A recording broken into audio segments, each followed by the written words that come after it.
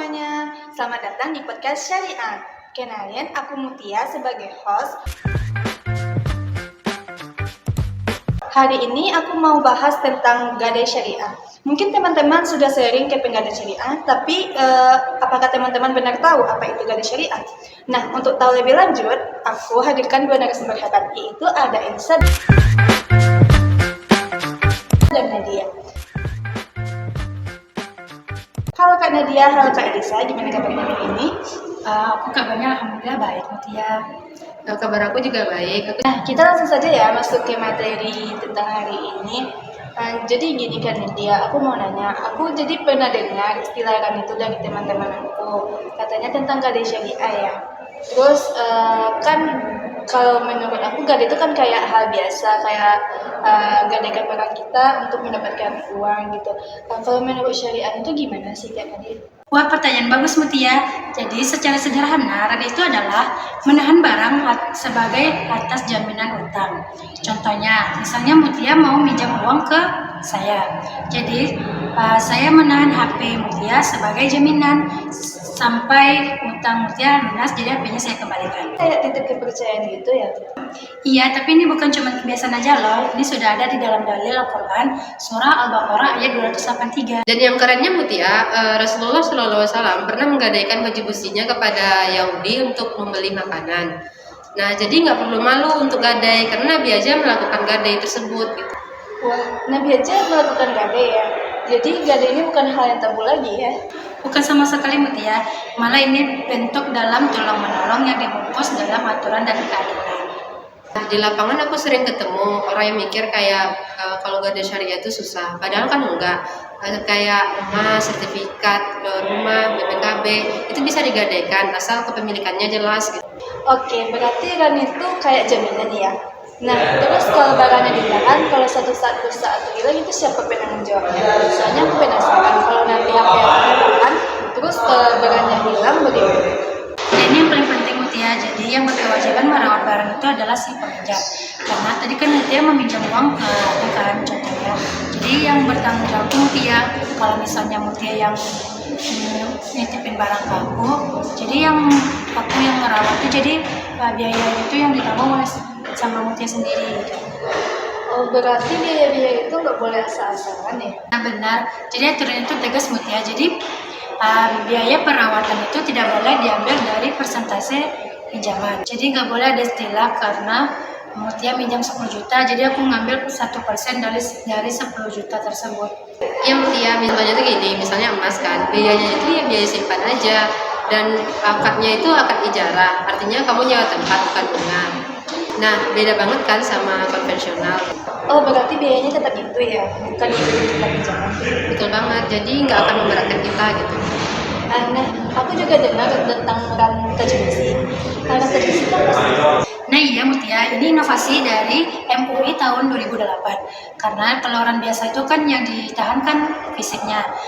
Kalau renta jenis itu barangnya bisa Mutia pakai, tapi yang ditahan oleh bank itu surat-suratnya atau sertifikatnya. Maksudnya kayak gimana Nadia?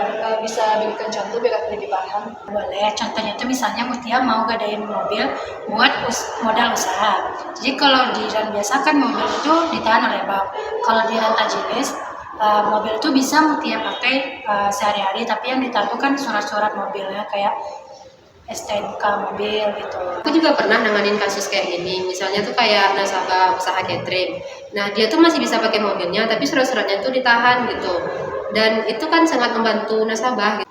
Nah, ini baru namanya keren, nggak menyusahkan, tapi pasti ada aturannya. Untuk biaya perawatan tuh tetap kamu yang tanggung.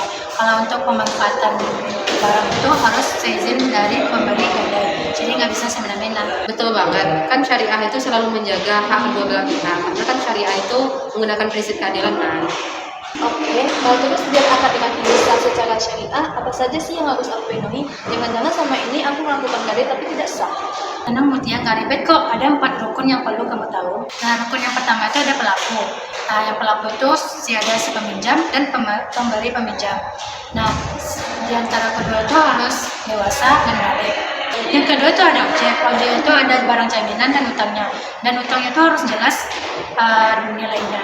Yang ketiga itu ada ijab kabul, itu kesepakatan kesepakatan antara si peminjam dan pemberi gadai. Nah, yang keempat itu barang jaminannya tuh harus sesuai dengan kriteria tertentu. Kriteria barang jaminan itu seperti apa sih Elisa?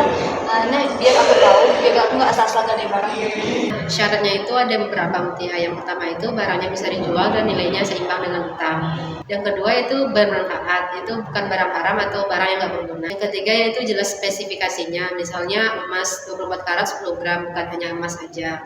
Dan yang keempat itu yang paling penting harus punya kamu sendiri, bukan punya orang lain. Nah, yang nomor 4 ini sering dilupakan orang. Gadai itu kan akad kepercayaan, kalau bukan milik kita sendiri sama aja dong. Berarti kalau aku gadain motor teman-teman bilang itu nggak sah ya?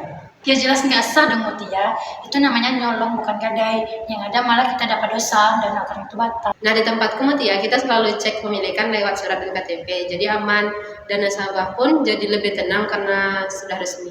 Jadi gitu. Nah, kalau misalnya aku gagal bayar gimana? Itu barangnya akan disita seenaknya atau tetap adil? Nah, ini yang sering disalahpahami orang Mutia. Dalam barang tidak otomatis jadi milik si pemberi gadai. Fungsinya itu murni jaminan, bukan untuk diambil paksa. Nah misalnya kalau gagal bayar, kita kasih peringatan dulu. Kita coba komunikasi baik-baik, tanya kendalanya apa. Kalau misalnya tidak ada etikat baik atau sudah tidak mampu, maka barangnya tersebut akan dijual secara transparan. Nah, jadi hasil penjualannya itu buat apa aja, Lisa? Hasilnya itu buat bayar utang dan biaya pemeliharaan. Terus kalau hasil penjualannya itu kurang dari utangnya gimana? Jadi sisanya itu tetap jadi utang peminjam dia harus dibayar nanti. Jadi nggak serta-merta lepas dari tanggung jawab. Nah, kalau lebih gimana? Misalnya kan utangnya itu 10 juta, tapi barangnya laku dijual 12 juta. Terus 2 jutanya gimana? Kalau untuk itu wajib dikembalikan ke si peminjam Mutia, nggak boleh diambil sama si pemberi gadai. Karena kalau di prinsip syariah itu prinsip itu keadilan, nggak boleh ada yang dirugikan dan nggak boleh ada yang mengambil keuntungan dari gadai tersebut. Nah aku juga sering ngasih tahu ini ke nasabah, mereka pun langsung lega karena kan kalau ada kelebihannya tuh langsung dibalikin ke mereka. Wah, ini baru ada. Jadi nggak ada ceritanya orang susah mungkin minta karena bukan gadai. Betul, karena syariah itu hadir untuk melindungi bukan untuk mempersulit. Oke, jadi kesimpulan yang aku dapat dari pembicaraan kita hari ini itu gadai itu simpel, sederhana, fleksibel. Terus kalau ada juga kan itu gadai tajlisi. Tajlisi itu kayak kita bisa memakai barang kita, walaupun tapi sesuatu yang ditahan. Terus kalau gagal bayar, penyelesaiannya juga proporsional. Kalau ada lebih dari penjualan, lebihnya dikembalikan. Jadi nggak ada pihak yang dirugikan. Betul banget Mutia, nggak ada riba, nggak ada eksploitasi, semua pihak dijaga harga. Dan dari pengalaman aku di lapangan, banyak orang yang terbantu dengan skema ini, misalkan jujur dari awal dan saling percaya. Gadai itu bukan jerat, tapi solusi. Makasih banyak ya Elisa dan Dia. Aku rasa materi hari ini sudah cukup banyak dan cukup mudah dimengerti. Mungkin selanjutnya kita bisa ketemu di podcast selanjutnya. Sama-sama Mutia, semoga pendengar bisa memahami pembahasan yang kami jelaskan tadi. Sampai jumpa di episode berikutnya. Jangan lupa tetap pantauin podcast Syariah. Dadah. Dadah.